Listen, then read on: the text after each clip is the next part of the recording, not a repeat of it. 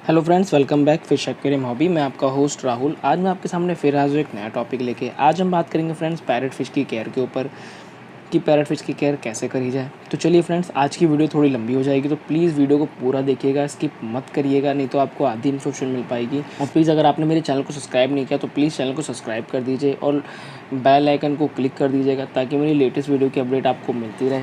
और पसंद आने पे लाइक और शेयर करना मत भूलिएगा। और प्लीज़ फ्रेंड कमेंट करके बताइएगा ज़रूर वीडियो कैसी लगी। आपके कमेंट मेरे लिए बहुत इंपॉर्टेंट है। चलिए फ्रेंड्स, वीडियो स्टार्ट करते हैं। तो जैसे कि फ्रेंड्स, आज का हमारा टॉपिक है पैरेट फिश की केयर के ऊपर। तो फ्रेंड्स, सबसे पहले ये एक नेचुरल फ़िश नहीं है, ये एक हाइब्रिड फ़िश है। ये क्रॉस ब्रीडिंग करके फ़िश बनाई गई है। 1986 में से क्रॉस ब्रीडिंग कराया गया था ताइवान में। ये काफ़ी ब्यूटीफुल फ़िश है फ्रेंड्स। ये काफ़ी कलरों में पाई जाती है कि blue, green, red, orange, yellow, इन सब कलरों में पाई जाती है। बट आप इनके नेचुरल कलर हैं येलो, ऑरेंज, रेड, ये तीन ही कलर इनके नेचुरल कलर है। आप इन्हीं कलर में फ़िश लीजिए। बाकी जो फ़िशेज़ होती है उनको कलर करके दिया जाता है, उन्हें आप ना परचेज़ करिए, उनकी लाइफ भी बहुत कम होती है। ये इनके नेचुरल कलर हैं जो मैंने आपको बताया। चलिए फ्रेंड्स, अब बात करते हैं कि इसके लिए क्या टैंक साइज़ चाहिए। देखिए फ्रेंड्स, इसके लिए मिनिमम टैंक साइज़ आपको 2 फीट चाहिए, क्योंकि ये अच्छे से केयर करने पे काफ़ी फास्ट ग्रोथ करती है। अब बात करते हैं फ्रेंड्स, इसमें आपको सैंड कौन सी यूज़ करनी है। इसमें आपको 0 नंबर सैंड नहीं यूज़ करनी है। इसमें आपको मीडियम साइज़ की सैंड यूज़ करनी है, जैसे मैंने अपने एक्वेरियम में कर रखी है। इस चीज़ का आपको ध्यान रखना है, क्योंकि ये सैंड को मुंह में भर के एक जगह से दूसरी जगह पे रखती हैं, बाहर थूकती रहती हैं, उसमें से बैक्टीरिया खाती रहती हैं। तो इस चीज़ का आपको ध्यान रखना है कि सैंड ज़्यादा बारीक ना हो, या ग्रेवल अगर आप यूज़ करते हैं तो ज़्यादा बड़े ना हो और शार्प ना हो, क्योंकि शार्पनेस होने से इन्हें चोट लग सकती है और प्रॉब्लम हो सकती है। आपको अपने एक्वेरियम में हिडन प्लेस रखने बहुत ज़रूरी हैं, क्योंकि ये पैरेट फ़िश बहुत ही शाय फ़िश होती है। शुरू में जब आप पैरेट फ़िश लाएंगे, हो सकता है वो 4 से 5 दिन फीड ही ना ले, क्योंकि काफ़ी बार ऐसा होता है कि जब पैरेट फ़िश न्यू जाती है तो वो खाना फीड कुछ भी नहीं लेती है, बस वो सिर्फ छुपी रहती है। अगर आपके एक्वेरियम में हाइडन प्लेस होगा तो अपने आप को सेफ़ महसूस करेगी और बहुत जल्दी रिकवर करेगी आपके टैंक में के एटमॉस्फेयर के हिसाब से वो बहुत जल्दी ढलेगी, अगर आपके एक्वेरियम में हाइडन प्लेस होगा। और रखना भी बहुत ज़रूरी है, नहीं तो ये फ्रेश डिप्रेशन में आके अपने कलर को खो सकती है। अगर इसने एक बार अपना कलर खो दिया तो इसे रिकवर करने में 1 से 2 महीने लग सकते हैं, कलर दोबारा रिटर्न आने में। तो फ्रेंड्स, आपको इस चीज़ का ध्यान रखना है कि आपको हाइडन प्लेस ज़रूर रखना है। चलिए फ्रेंड्स, अब बात करते हैं इसके पीएच लेवल के ऊपर। इस पैरेट फिश का पीएच लेवल जो मेंटेन हमें रखना है, 6.6 से लेके 6.8 तक आपको पीएच लेवल मेंटेन रखना है।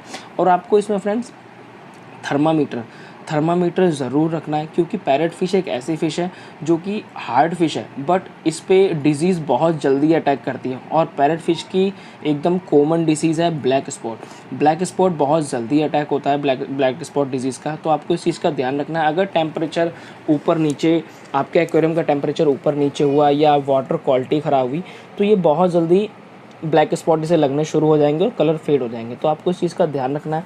आपको एक थर्मामीटर चाहिए जिससे कि आप इसके टेम्परेचर को मेंटेन रख सकें। चलिए फ्रेंड्स, अब बात करते हैं पैरेट फिश टैंक का टेम्परेचर रखना कितना है। आपको इसका टेम्परेचर 28 डिग्री रखना है।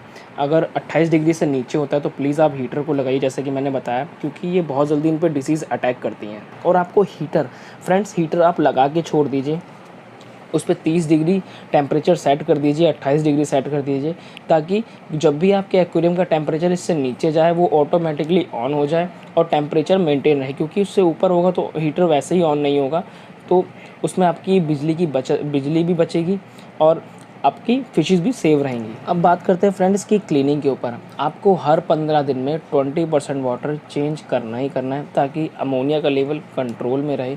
और आपको हर 30 दिन में ग्रेवल क्लीन करने हैं।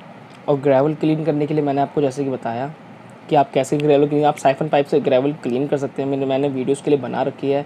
मैं उसका लिंक डिस्क्रिप्शन बॉक्स में दे दूँगा, तो प्लीज़ आप वहाँ से देख सकते हैं। हमारी पैरेट फिश को लाइव फीडिंग बहुत पसंद है फ्रेंड्स। अगर आप लाइव फीडिंग दे सकते हैं तो प्लीज़ इन्हें लाइव फीडिंग हफ्ते में एक बार ज़रूर दीजिए। रोज़ मत दीजिए फ्रेंड्स, क्योंकि रोज़ अगर आप इन्हें देंगे तो ये खाना नहीं खाएंगी, खाना खाना छोड़ देंगी, आपकी लाइव फीडिंग के ऊपर ही ज़िंदा रहेंगी। आप जब भी फ्रेंड्स आप पैरेट फिश अपने एक्वेरियम में अगर ला रहे हैं या ऐड कर रहे हैं तो इसके साथ जो भी आप टैंक मेड इसके साथ रख रहे हैं वो सेम साइज़ के रखिए। ज़्यादा छोटे या ज़्यादा बड़े मत रखिए। ज़्यादा बड़े रखेंगे तो वो फ़िश इन्हें हार्म करेगी और ज़्यादा छोटे रखेंगे तो ये फ़िश उन्हें हार्म करेगी। और ऐसी कोई भी फ़िश मत रखिए जो इसके मुंह के साइज़ से छोटी हो, क्योंकि जो इसके मुंह में आ जाएगा ये उसे खा लेगी। आपको इस चीज़ का ध्यान रखना है, टैंक मेट्स पे बहुत ध्यान रखना है, क्योंकि ये एग्रेसिव वैरायटी है। अगर आप इसमें छोटी फिशेस डालेंगे तो ये उन्हें खा सकती है। अब बात करते हैं फ्रेंड्स, इन्हें फीड कैसे देना है। देखिए फ्रेंड्स, पैरेट फ़िश के लिए काफ़ी सारे फूड मार्केट में अवेलेबल हैं। आपको जो भी कुछ अच्छा लगे आप उसे यूज़ कर सकते हैं। आपको पैरेट फ़िश को 2 बार, दिन में 2 बार खाना देना है और अच्छी क्वांटिटी में देना है फ्रेंड्स। मैं ये बार-बार कह रहा हूँ कि क्योंकि ये एग्रेसिव फ़िश है, अगर ये भूखी रहेगी तो ये और फ़िशेस को हार्म करेगी। तो आपको इन्हें अच्छी क्वांटिटी में और हाइडिंग प्लेस तो ज़रूर देना है फ्रेंड्स, नहीं तो आपका टैंक चल नहीं पाएगा, ये और फ़िशेस से लड़ना शुरू हो जाएंगी। मैं आपसे एक पर्सनल रिकमेंड करता हूँ, अगर आप ऑस्कर फ़िश अवॉइड कर सकते हैं पैरेट फ़िश के साथ रखने के लिए तो अच्छा है। अगर आप ऑस्कर रखना चाहते हैं तो फ्रेंड्स छोटे साइज़ का ऑस्कर लाइए और छोटे साइज़ की पैरेट। जब वो बचपन से अपने सबके साथ रहेंगे तभी उनका एग्रेशन लेवल कम होगा। और जिस टैंक में आप पैरेट फ़िश डाल रहे हैं उसमें फ़िशेस ओवर मत करिए, ओवर स्टॉक मत करिए फ़िशेस का, क्योंकि अगर ज़्यादा फ़िशेस होगी तो इनका एग्रेसिव लेवल ज़्यादा बढ़ जाएगा, जिसकी वजह से फाइट करना शुरू कर देंगी। और फ्रेंड्स, आपको इन्हें वीक में 2 बार सीरम ज़रूर देना है। एक बार लाइव फीडिंग, अगर लाइव फीडिंग नहीं दे सकते तो उसे अवॉइड करिए, मगर सीरम आपको वीक में 2 बार देने ही देने हैं। क्योंकि फ्रेंड्स, और सिर्फ सीरम फ्रेंड्स, ब्लड वॉर्म्स नहीं, ब्लड वॉर्म्स पैरेट फिश पसंद नहीं करती हैं, सीरम वो पसंद करती हैं। उन्हें सीरम दीजिए, इससे उनके कलर में डार्कनेस आएगी और उनकी फास्ट ग्रोथ होगी। चलिए फ्रेंड्स, अब बात करते हैं फ़िल्टर सिस्टम के ऊपर कि आपको इसमें कैसा फ़िल्ट्रेशन रखना है। देखिए फ्रेंड्स, इसमें आप स्पंज फ़िल्टर अवॉइड करिएगा, वो मत रखिएगा फ्रेंड्स। आप इसमें internal filter, power head internal filter या टॉप फ़िल्टर, यही फ़िल्टर यूज़ करिएगा। कैनिस्टर या शंप यूज़ करते हैं तो ज़्यादा बेटर है, बट आप ये नॉर्मल इंटरनल और टॉप फ़िल्टर यूज़ करिएगा, जिससे कि आपकी एक्वेरियम में प्रॉपर क्लीनिंग हो सके, आपका वाटर क्रिस्टल क्लियर रह सके। चलिए फ्रेंड्स, आज के लिए इतना ही। आशा करता हूँ मेरी दी इन्फॉर्मेशन आपके काम आई होगी। अगर मेरी वीडियो आपको अच्छी लगी हो तो प्लीज़ चैनल को सब्सक्राइब कर दीजिएगा और लाइक करना मत भूलिएगा फ्रेंड्स। और कमेंट करके बताइएगा ज़रूर फ्रेंड्स वीडियो कैसी लगी और आपको आगे किस टॉपिक पे वीडियो चाहिए। मैं उस टॉपिक पे आपको वीडियो जल्दी से जल्दी लाने की कोशिश करूँगा। Thank you friends.